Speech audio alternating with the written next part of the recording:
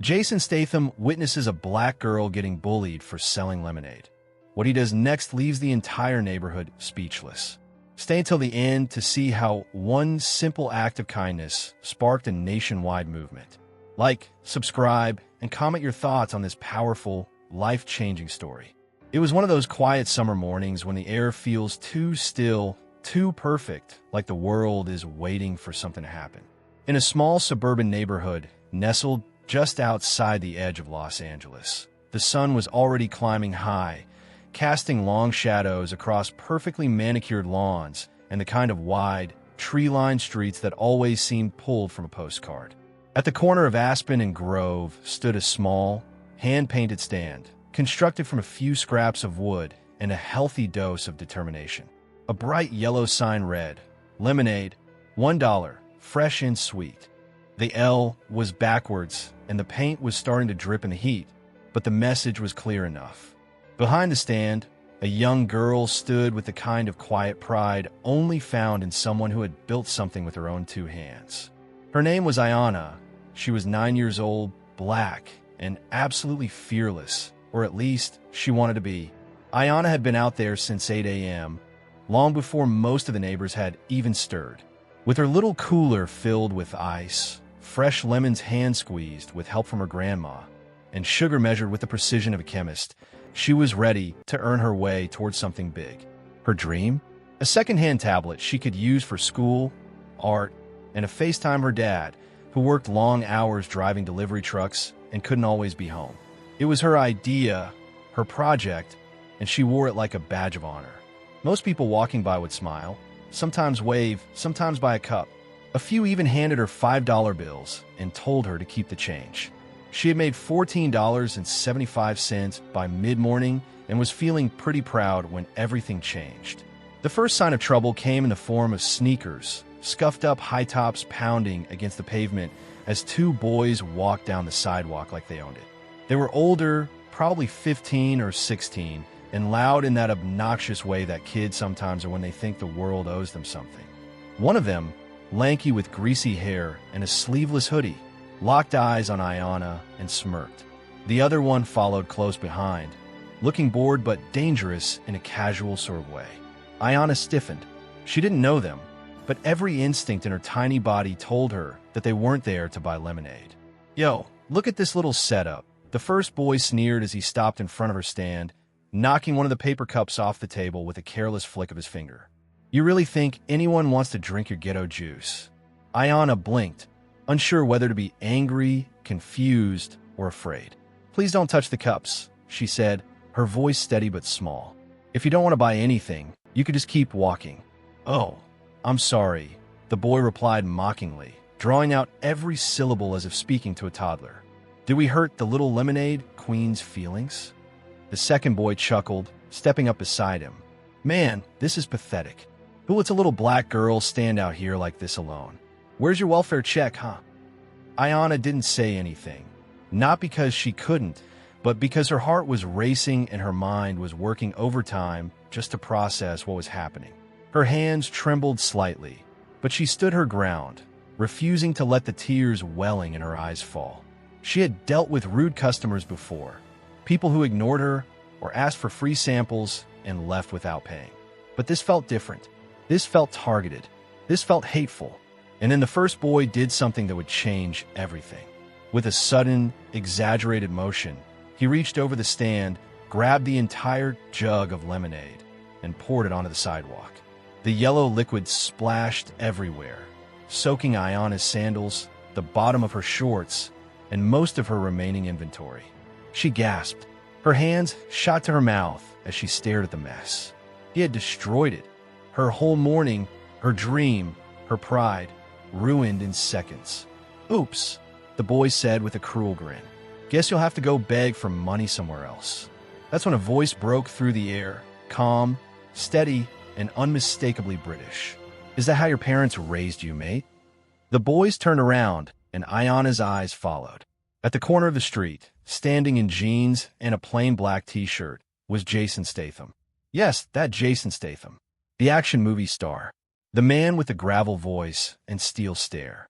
He had been jogging through the neighborhood, earbuds in, sweat glistening on his arms, when he caught sight of what was happening. And now, he was walking toward them with a slow, deliberate stride that said everything they needed to know. He wasn't acting. He wasn't playing a role. He was furious. The first boy laughed, pretending not to be intimidated, but his bravado cracked ever so slightly. "Oh look, it's Mr. Bald and Tough. You gonna film this for your next movie or something?" Jason didn't break his gaze. "I'm not filming anything," he said evenly, "but I am watching. And I just watched you bully a child, destroy her hard work, and throw racial slurs like it was normal. You got about 5 seconds to apologize and get out of here before this becomes the biggest mistake of your life." The street went quiet. Even the birds seemed to stop. Ayanna watched in stunned silence, unsure if she was dreaming. The boys hesitated, unsure whether to push back or walk away. Then the second, one mumbled something under his breath and nudged the other. "Let's go, man." But the first boy wasn't done. He stepped forward, puffing his chest out in a weak attempt at dominance. "What are you gonna do, huh? Hit a kid? You think I care who you are?" Jason didn't flinch. He simply stepped closer, now only inches from the boy's face, and said in a voice that was more whisper than growl, "No, I'm not gonna hit you. But if you touch that girl again, if you ever even look at her the wrong way, I'll make sure your parents see the footage. Your school will see it. Everyone you've ever met will see what kind of coward you really are." It wasn't a threat. It was a promise. The boy blinked, swallowed hard, and finally turned, muttering something under his breath as he and his friend walked away. Jason didn't watch them go. Instead, he turned his attention to Ayanna, kneeling down beside the stand. She was frozen in place, her hands still trembling slightly, but the look in her eyes had shifted from fear to disbelief and finally to something stronger. "Hey," Jason said softly. "You all right?" Ayanna nodded, though her voice cracked as she tried to speak. They ruined it. All of it. I saved up all week. I worked so hard." Jason looked down at the spilled lemonade, the ruined cups, the drenched napkins. Then he looked back at her. "Well then, let's clean this up," he said, "because you're not giving up. Not today." And just like that, he rolled up his sleeves, picked up the fallen cups, and began helping her rebuild the stand from the ground up.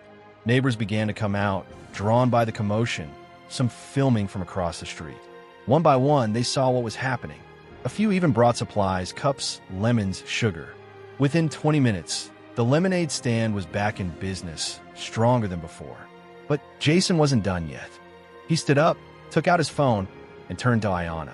"We're gonna make this a little bigger," he said with a wink. "You don't mind going viral, do you?" And with that, Jason hit record. What he said next would spark a movement. But that's where the real magic begins, because what Jason did afterward wasn't about fame, and it wasn't about punishment. It was about restoration. And as the story continued to unfold, the world would soon understand that this wasn't just about a lemonade stand. It was about what happens when the right person stands up at exactly the right time. The camera rolled with a simple click, but the gravity of what Jason Statham said into that phone would ripple far beyond that quiet suburban corner. He wasn't playing a part. There were no lights, no directors, no second takes. Just raw honesty from a man who had seen enough cruelty in the world to know that silence was never an option. Holding his phone steady with one hand and standing beside the little girl who had just had her world shattered and rebuilt in the same morning, Jason spoke. Not like a celebrity, not like a millionaire actor, but like a man who had just witnessed a crime against decency and couldn't walk away without doing something meaningful about it. "This is Ayanna," he said, his voice steady, eyes locked onto the lens. "She's 9 years old. She woke up this morning to sell lemonade and raise money for a tablet to help with school. 2 teenage boys walked up, mocked her, humiliated her, and destroyed everything she worked for because they thought it was funny to bully a child. They poured out her lemonade, insulted her race, and laughed as they walked away. But you know what? She didn't cry. She didn't run. She stood her ground. She is stronger than they will ever be. And I'm asking you, everyone watching this, to help me show her what real strength looks like." He paused for just a moment, long enough for the weight of his words to settle. "We're rebuilding her stand, and we're not stopping there. I'm going to match every dollar she makes today and donate it to a scholarship fund in her name. This little girl has already inspired me, and I know she'll inspire you too. He ended the video with a simple smile and a proud glance toward Ayanna, who still hadn't quite wrapped her mind around what was happening. She didn't even know who he was, not really. She'd heard the name, maybe seen him in a trailer on TV, but right now, he wasn't a Hollywood star to her. He was just a man who showed up when no one else did. The man who picked up her ruined dream, brushed it off, and said, "You're not done yet." Jason uploaded the video with a caption, "Let's turn this into something good. Hashtag Stand with Ayanna." Within 15 minutes, it hit 200,000 views. Within an hour, it crossed 1 million. By lunchtime, it was being played on TV screens across the country. Ayanna's lemonade stand was trending across all platforms: Twitter, TikTok, Instagram, YouTube. People didn't just see the story, they felt it. It triggered something deeper in them. A collective ache, a desire to make things right, to protect what's pure in the world. Thousands of people from around the globe began to comment, share, and donate. Some told stories of the times they had been bullied, or when they'd seen injustice and stayed silent, and now regretted it. Others praised Jason for stepping in, not with violence, but with presence, with dignity, and with action. Meanwhile, back on that sunny corner in LA, the world had already started to change for Ayanna. Cars began pulling up, slowly at first, then in a steady stream. People got out holding $5 bills, $10 bills, even 20s, placing them in a now overflowing tip jar while asking Ayanna for a photo or just offering a kind word. Someone from a local bakery brought a tray of pastries just to help. A pair of police officers stopped by, not to investigate, but to buy lemonade and shake her hand. One knelt down and told her that his daughter watched the video and said she wanted to be brave like the lemonade girl. It was surreal, overwhelming, beautiful. Jason stayed by her side the entire time. He didn't post again. He didn't take interviews. He wasn't doing it for the attention, and that authenticity only amplified the respect people had for him. His presence gave the whole scene a sense of calm order amid the chaos of sudden fame. He smiled as Ayanna served cup after cup, her confidence rising with each pour. The fear that had darkened her eyes hours ago was gone, replaced by something fierce and unshakable. By late afternoon, a van pulled up with the logo of a local news station. The reporter stepped out, smiling and clearly trying to keep her cool despite the whirlwind around her. She approached with a mic and asked Ayanna for a few words, but before she could say anything, Jason gently placed a hand on the reporter's shoulder and said, "Let her serve the lemonade first. That's what she came here to do." The reporter smiled and nodded, stepping back respectfully. Jason turned to Ayanna and said, "You're the boss today. You call the shots." Ayanna looked up at him, beaming. "Then can you help me squeeze some more lemons?" He grinned, with pleasure. It wasn't long before a GoFundMe page was launched by a stranger, but with Jason's endorsement, and it exploded. In less than 24 hours, it passed $250,000. By the end of the week, it had reached 500,000. People donated not just because of the money, but because they believe in the idea that kindness, resilience, and courage should be rewarded. That a little girl standing up after being knocked down deserved a second shot, and 1,000 more after that. But not everyone was celebrating. The bullies, the 2 teenage boys, were identified within hours. Their schools suspended them. Their parents were contacted by the media. One of them released an apology video, clearly coached, filled with empty words and nervous glances off camera. Jason never addressed it. He didn't name them, didn't post about them, didn't indulge the public's hunger for revenge. When asked about them in a short follow-up interview, all he said was they're kids. They made a choice. Hopefully they'll grow from it.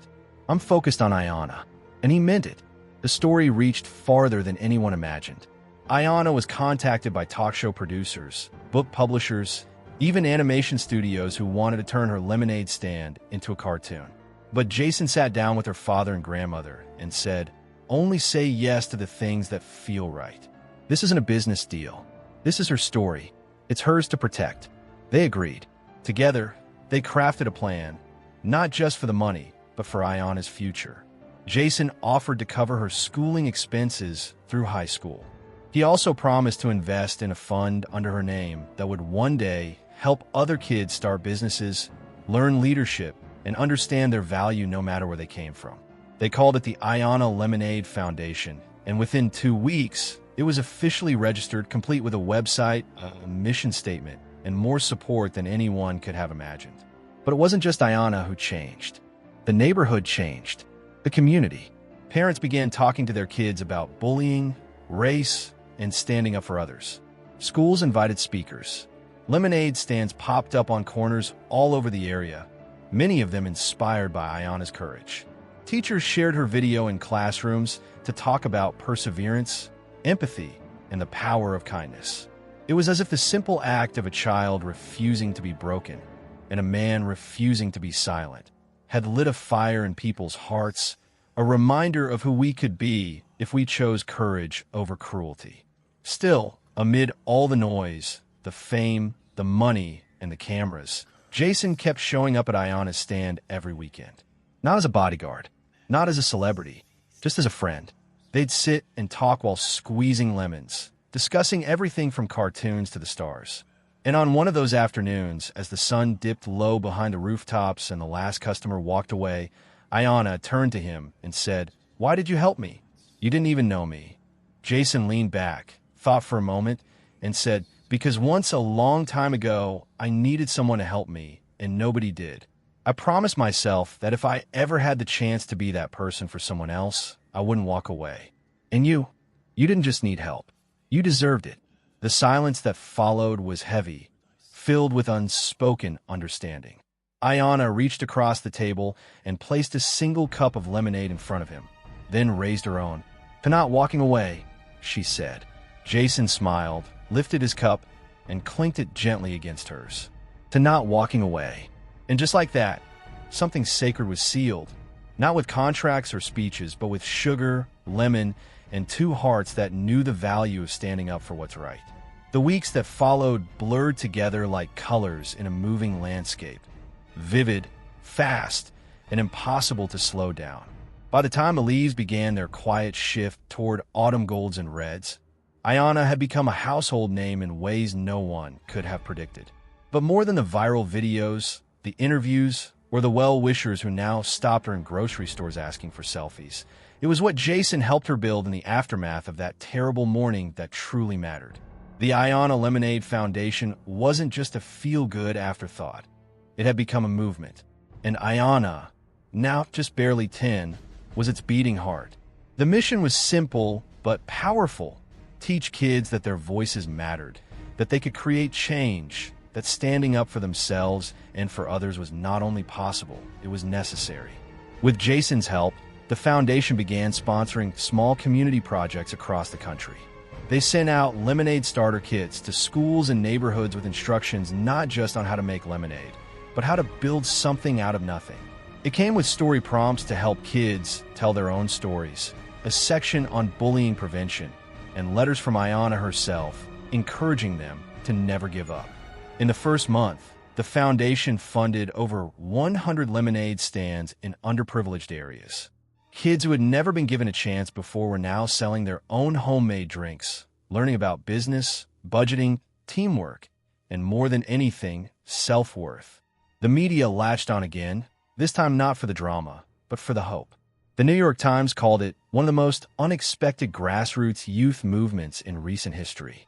Oprah invited Ayana and Jason to appear on her platform, where Ayana told her story with poise and clarity far beyond her years, her small voice shaking only once when she described the moment the jug of lemonade hit the pavement.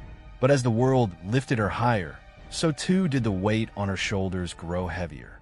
Jason saw it first, the way her smile sometimes faltered when no one was looking, the way she turned quiet when people asked her to say something inspiring or tell us what you learned from being bullied. The expectations were becoming a cage. She was still a child, after all, a child who had experienced something traumatic and turned it into something beautiful, but a child nonetheless. It all came to a head one crisp October afternoon, when Ayana was invited to speak at a youth conference in Sacramento. The room was massive, hundreds of kids from all backgrounds, rows of teachers, organizers, parents, cameras in the back capturing every word. Ayanna had prepared a short speech with Jason's help, and they had gone over it again and again in the hotel room the night before. But as she stepped onto that stage, looking out at a sea of unfamiliar faces waiting for her to say something profound, her mind went blank. She stood in silence for what felt like a lifetime, clutching the small index card in her hand. Her fingers trembled. The audience shifted in their seats. Whispers began. She opened her mouth twice, but said nothing. Her heart pounded. Her breath shortened. And then, quietly, she walked off the stage without a word. Backstage, she burst into tears. The kind of tears that had nothing to do with embarrassment and everything to do with pressure, exhaustion, fear. Jason was there in seconds, wrapping her in a hug as she shook in his arms. "I'm sorry," she sobbed. "I messed it all up. I let everyone down." Jason knelt in front of her, gripping her shoulders gently but firmly. "Ayanna, listen to me. You didn't let anyone down. Not ever. You've already done more than most people twice your age. You've been brave, strong, honest, and now you're overwhelmed. And that's okay. You're allowed to feel tired. You're allowed to cry. You're allowed to be a kid." She looked up at him, her cheeks wet, her voice small. "But they wanted me to be perfect." He shook his head slowly. "No, they wanted to believe in something good. And you gave them that. Not because you were perfect, but because you were you. The moment you stood your ground that morning, you showed the world what courage looks like. Courage isn't being fearless, Ayanna. It's being scared and still stepping forward anyway." She nodded slowly, her breath beginning to steady. "So what do I do now?" Jason smiled. "You go back out there. Not because you have to prove anything, but because your story doesn't end on a mistake. It keeps going." With his encouragement and the quiet support of her father and grandmother, who had flown in for the event, Ayanna wiped her face, stood tall, and walked back onto the stage. This time, there was no speech, no index cards, just her voice. "I was scared," she said into the microphone, her voice echoing through the auditorium. "I didn't know what to say. I thought I had to be perfect, but I don't. I'm not. And that's okay. What happened to me was really hard, and sometimes it still makes me sad. But I got back up, and you can too. That's all I wanted to say." The room was silent for a breath. Then thunderous applause erupted. Not for a performance, not for a perfect speech, but for truth. Raw, honest, unfiltered truth.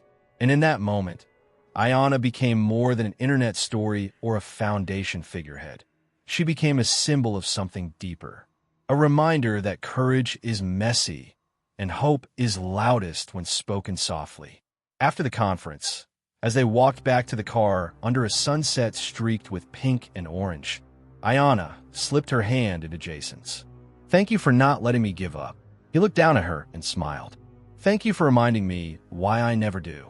But even as they drove back to LA, the road ahead was preparing something unexpected. A letter was waiting in Jason's mailbox, one that would challenge not just Ayanna's strength, but Jason's own beliefs about justice, mercy, and what it truly means to forgive. Because not everyone had forgotten the boys who poured the lemonade, and not everyone agreed with how Jason had chosen to handle it. The next morning was quiet, unusually so. A gray layer of clouds rolled lazily over the Los Angeles sky, muting the sun's usual golden brilliance. Jason Statham sat alone at his kitchen counter, the smell of fresh coffee wafting through the air, his muscles still sore from a long night of travel back from Sacramento. He glanced at the stack of unopened mail he'd ignored for days, pulled it toward him, and began flipping through the usual suspects: bills, scripts, charity invitations. And then, at the very bottom, one envelope stood out. It was handwritten, the paper a little wrinkled, the penmanship shaky but careful. No return address, just to Mr. Statham. Please read, scribbled in blue ink. Something in the way the words trembled caught his attention. He set down his coffee, carefully broke the seal, and unfolded the letter inside. His eyes scanned the first lines, and his heart sank. "Dear Mr. Statham, I am the mother of Caleb Barnes. I'm sure you remember him. He was one of the boys who heard Ayanna at her lemonade stand that day. I've tried to write this letter at least 20 times, And every time I stop because I don't know what to say. But today, I'm writing not as a defense, not as an excuse, but as a mother asking for a chance to be heard. Jason leaned back in his chair, his eyes narrowing as they continued down the page. My son made a terrible mistake. I don't want to shield him from it or justify it. What he did was wrong. It was cruel, and it broke my heart to watch the kind of boy I raised behave that way. The internet has already made sure he pays a price. He's been suspended, humiliated, and in many ways, isolated. But I'm not writing to beg for sympathy. I'm writing because he has changed. Not all at once, but enough for me to see the shift. He's been volunteering at shelters. He's joined an anti-bullying club at school. And last week, he asked if he could write a letter to Ayanna to apologize sincerely. I told him he had to earn the right to even ask for forgiveness. So this letter is me asking if there is any path, however small, that might lead toward that grace. Jason read it twice, then a third time. He didn't answer right away. He didn't know how to. He spent the day walking, thinking, replaying every second of that first encounter with Ayanna in his mind, and every second of what came after. He thought about justice. He thought about mercy. And above all, he thought about Ayanna. Not the icon the world saw, but the little girl who had looked up at him through tears and asked if she'd done something wrong. That night, he met with Ayanna's father and grandmother in their modest but tidy apartment. Ayanna was in her room, drawing. He showed them the letter, laying it on the table like something fragile. "I haven't responded," Jason said quietly. "But I won't do anything without Ayanna." Her father, a kind man with weary eyes and the calloused hands of a man who worked hard for everything he had, read it slowly. When he was done, he looked at Jason for a long moment. "If she doesn't want to see him, that's the end of it. You understand that, right?" "Completely," Jason replied. Her grandmother, firm and wise, added, "Sometimes forgiveness is a gift we give ourselves. But sometimes it's a wound that's not ready to be touched." Jason nodded. "Let's ask her. Together." That conversation would be one of the most delicate Jason had ever faced. Ayanna sat quietly on the couch, her drawing pad resting in her lap, as her father read the letter aloud. She didn't speak for a long time after it ended. She just stared at the paper, her little hands folded tightly, her mind spinning in 1,000 directions. "I don't want to see him," she said finally, her voice barely above a whisper. "Not yet." Jason nodded, gently taking the letter from her hands and folding it away. "But," she said, surprising them all, "if he really changed, maybe he should help someone. Like I did." Her father leaned in, confused. "What do you mean, sweetheart? I mean, maybe you shouldn't say sorry with words. Maybe you should do something. Not for me, for someone else." And just like that, Ayanna, at only 10 years old, had laid the foundation for something far more profound than an apology. She had turned forgiveness into action. Jason reached out and squeezed her shoulder. "That's the bravest thing I've ever heard." 2 weeks later, Kayla Barnes was quietly flown to a community center in South Central LA, one of the first sites funded by the Lemonade Foundation. No media, no announcement, just a 16-year-old boy who had once torn down something fragile, now helping to build something new. He painted walls. He cleaned floors. He carried boxes. For 3 straight days, he worked silently under the guidance of mentors and volunteers, never once asking for recognition. And then, on the last day, Ayanna arrived. She stepped through the doors of the center, now buzzing with laughter and activity. Her curls were pulled back into a ponytail, and she wore a shirt with the foundation's logo on it, a hand squeezing a lemon into a cup with the words, "When life gets bitter, you make something sweet." Caleb froze when he saw her. For a second, he looked like he might run, but she walked up to him and stopped a few feet away. "You helped," she said. He nodded. "I didn't do it for you. I did it because I hated the kid I used to be." "I know," she replied, "but you still helped. That matters." He opened his mouth, struggling for the words. "I don't deserve your forgiveness." Ayanna looked at him, really looked, then said something that no adult in the room would ever forget. "You don't need to deserve it. You just need to mean it. Do you?" He nodded again, tears starting to build. She reached into her pocket, pulled out a small lemon-shaped pin. the symbol of the foundation, and handed it to him. "Then keep helping," she said. "That's all I ask." With that, she turned and walked back toward Jason, who had been watching from a respectful distance. She didn't cry. She didn't stumble. She was solid, still a child, but somehow also more. Jason looked down at her and asked, "How do you feel?" She thought for a moment, then smiled. Like the lemonade stand just got a little bigger. And she was right. The act of forgiveness sparked something else entirely. Word got out, not through flashy headlines, but through whispers, stories, photos of Caleb painting a wall, of Ayanna handing him that pin. And soon, other kids who had bullied or been bullied, started asking how they could get involved. The foundation created a new initiative, Bitter to Better, a program that helped young people make amends not through words, but through work, compassion, and change.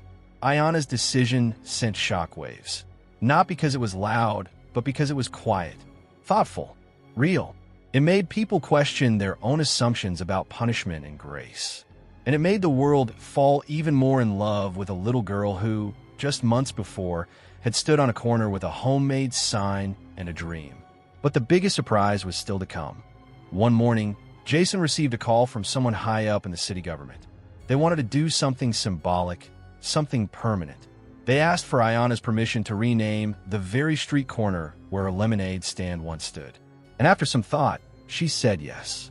It was a warm Saturday morning when the streets of that quiet Los Angeles neighborhood, the same corner where it had all begun, were transformed into something out of a dream.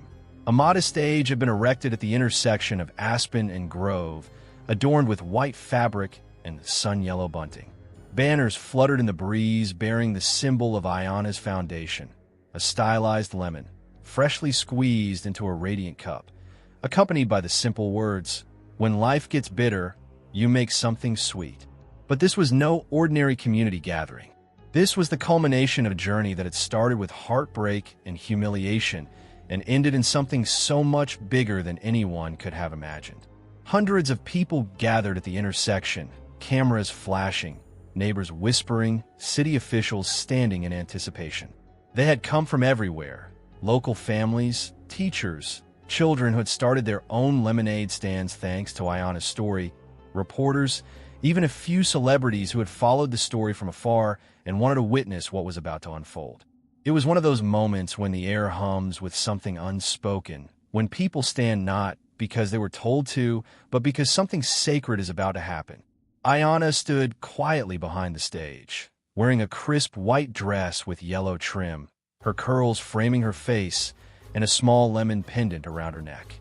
Jason stood beside her, dressed in a charcoal suit without a tie, his usual confident presence now tinged with something deeper, pride, humility, reverence. He knelt beside her, adjusting the hem of her dress gently before speaking. "You nervous?" he asked. Ayanna smiled and shrugged. "A little." "Good," he said. "That means it matters." She looked at him for a moment, then asked, "Did you ever think this would happen? Back when we were just picking up broken cups?" Jason chuckled softly. "No, but I knew you were going to do something big. I just didn't know how big." They stood as the mayor stepped to the podium. He spoke briefly, his words heartfelt but restrained, not wanting to steal the moment. "Today, we do more than rename a street. We honor the idea that the smallest acts of courage can change everything. That one child's bravery can wake up an entire city. That one man's choice to intervene, not with fists but with conviction, can restore faith in humanity. And that forgiveness, when chosen over vengeance, becomes a force greater than justice. So today, with unanimous support, I proudly declare that the corner of Aspen and Grove will now and forever be known as Ayanna's Way." The crowd erupted into applause, and Ayanna stepped forward to pull the cloth from the new street sign herself.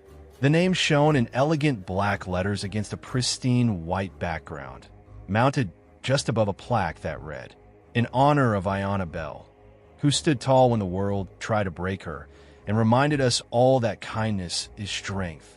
Ayanna stared at the sign for a moment. Then, with the eyes of the city watching, she turned to the crowd and raised the very first cup of lemonade from her rebuilt stand, now gleaming and permanent, made from oak and stainless steel, gifted by donors from around the world. The stand wasn't just a booth anymore. It was a monument to resilience, with small engravings around the border bearing the names of children who had written and saying Ayana's story gave them hope. She poured the first cup, handed it to Jason, and raised her own.